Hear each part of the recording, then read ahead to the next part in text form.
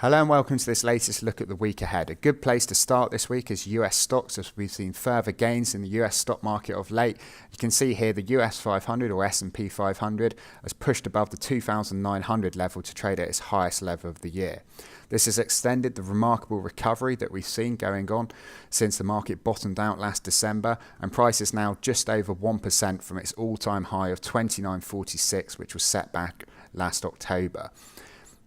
In terms of trend identification, their 8 and 21 EMAs have done a good job of catching the trend for this market. You can see after we got this positive cross here back in mid-January, the market has continued higher and these have remained in a positive orientation throughout. And as I talk now, price is above the 8 EMA, which is also above the 21 EMA.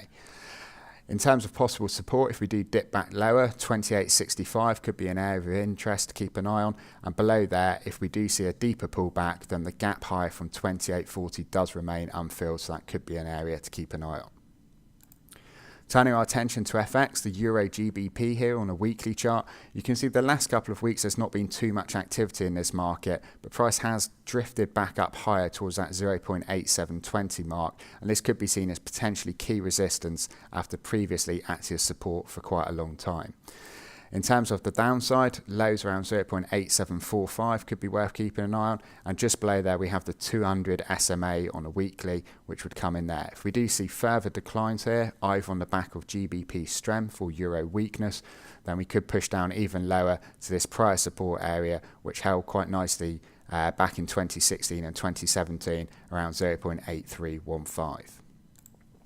Switching over to commodities, we got a big decline in the gold price last Thursday. You can see this large red engulfing candle took out the last 3 days of gains, and it also coincided with the top of the Ichimoku cloud here around 1311, so that heightens the possibility that this could be seen as an area to keep an eye on for potential resistance. The Ichimoku cloud itself has done quite a good job of capturing the trend over the past year or so, and you can see after we dropped down below it in 2018, we had this prolonged period of a sell-off, and after we got back above there, coming into the final quarter of 2018, we did see a nice move higher. We are now back below here, although it's worth pointing out that this break below has not been quite confirmed yet by all the lines, with the lagging line here still in the cloud. Looking a little bit more closely at the recent price action, you could possibly identify a head and shoulders pattern here. You can see the first shoulder there, second shoulder there, and a head up at the highs around 1347.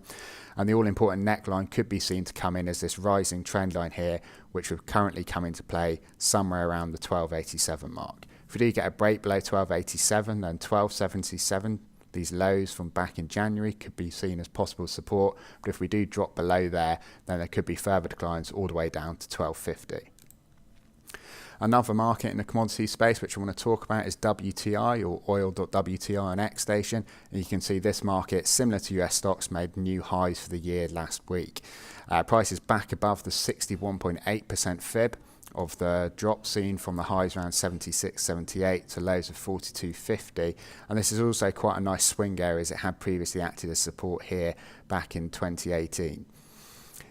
If the price does remain above 63.69, then there could be further upside ahead, with possible gains taking price even as high as 78.6 at 69.45. But if we do drop below 63.69, then there could be a deeper pullback towards that 50% fib at 59.64. Okay, thanks for listening, and best of luck if you're trading these markets this week.